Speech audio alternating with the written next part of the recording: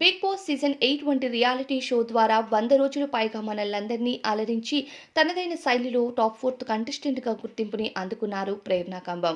అయితే ప్రేరణ కంబం సీరియల్ ద్వారా అందరికీ పరిచయం అవుతూ ఆ తరువాత మంచి సక్సెస్‌తో రియాలిటీ షో ద్వారా కూడా పాపులారిటీని అందుకున్నారు.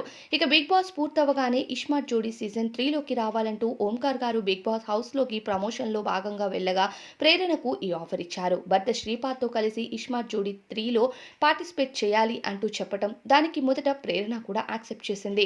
కానీ ఇక ఇస్మార్ట్ జోడీ సీజన్ 3 సీజన్ స్టార్ట్ అయినా సరే ఇప్పటి వరకు ప్రేరణ శ్రీపాద్ కనిపించకపోవడంతో నెటిజన్ల నుండి ప్రశ్నల వర్షం మొదలైంది.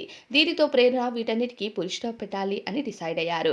ఇక ఈ మధ్య స్టార్ట్ అయిన ఇస్మార్ట్ జోడీ సీజన్ 3లో ఓంకార్ గారు అడిగిన ప్రశ్నలకు ఈ ఇస్మార్ట్ జోడీ సీజన్ 3 ఫ్యామిలీ ఆడియన్స్‌కి చూడటానికి కాస్త ఇబ్బందిగానే ఉంది. పెళ్లి థీమ్‌ని పెడుతూ అందరినీ పెళ్లి గెటప్‌లో తీసుకొస్తూ ఫస్ట్ నైట్ ఎప్పుడు చేసుకున్నారు అనే ప్రశ్న అడగడం సరైనది కాదనే చెప్పాలి. పెళ్లి చేసుకున్న వాళ్ళు ఫస్ట్ నైట్ చేసుకోకుండా ఉంటారా అంటూ ఆ ప్రోమో కింద చాలా మంది కామెంట్సే పెడుతున్నారు. అయితే పెళ్లి థీమ్ బాగుండి వారి జ్ఞాపకాల్ని గుర్తు చేయటం మంచిదే.